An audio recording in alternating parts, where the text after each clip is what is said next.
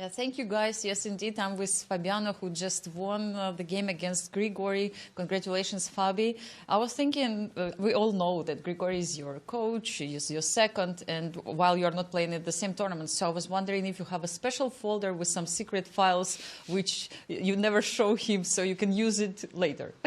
No, I don't do that. Like, we share ideas very openly, but we also do work on our own, and so we have some ideas, you know.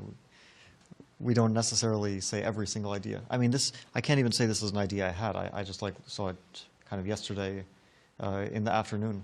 Ah, yes. Even before I knew the pairing, I just thought maybe I can play this line with A3, BC3. Very unusual.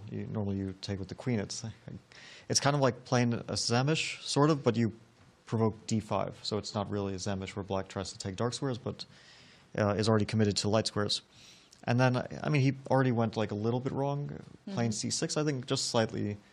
You know, if you want to equalize very cleanly, you have different ways, but C6 is certainly not the way to do it in the most clean way.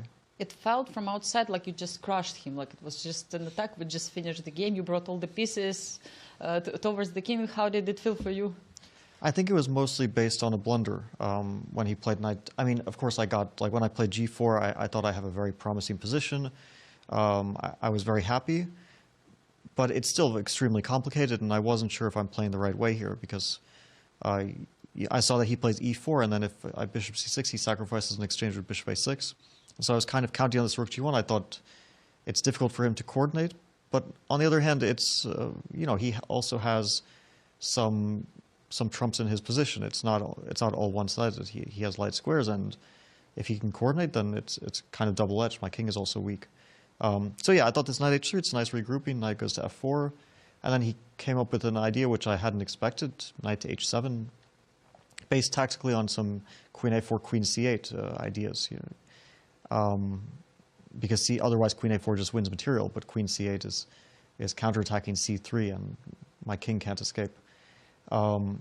So it was the same idea in the game when I played queen e2, but I had seen that this king d2, it's in many ways very logical, because I also this pawn, yeah, I protect pawn, but also get ready to use my rooks on the g file, either with sacrifice or just doubling.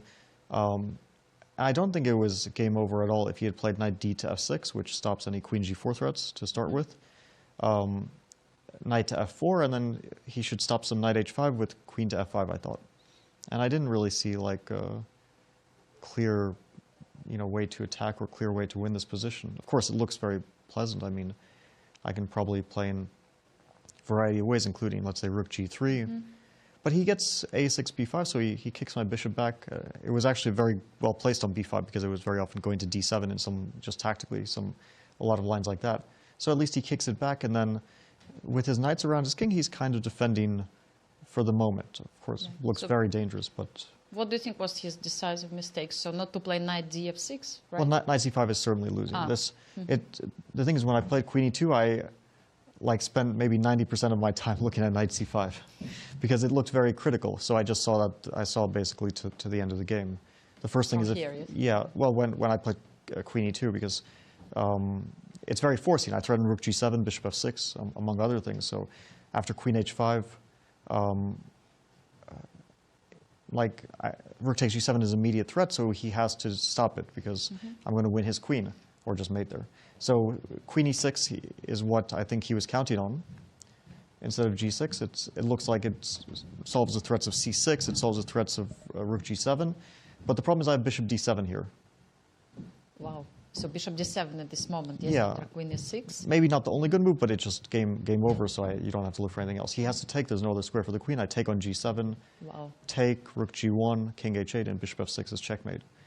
Oh, and it looks beautiful, yes. So let's see the king h8 and bishop f6. Bishop f6, and yeah, that's mate. So he was counting on that, but that's immediately over. And g6, to start with, I get my pawn to c6 with tempo. So even positionally, I think it's winning. But then also rook takes g6 is just tactically winning. But I think here, after bishop c8, I'm pretty sure that there's multiple ways to win the position.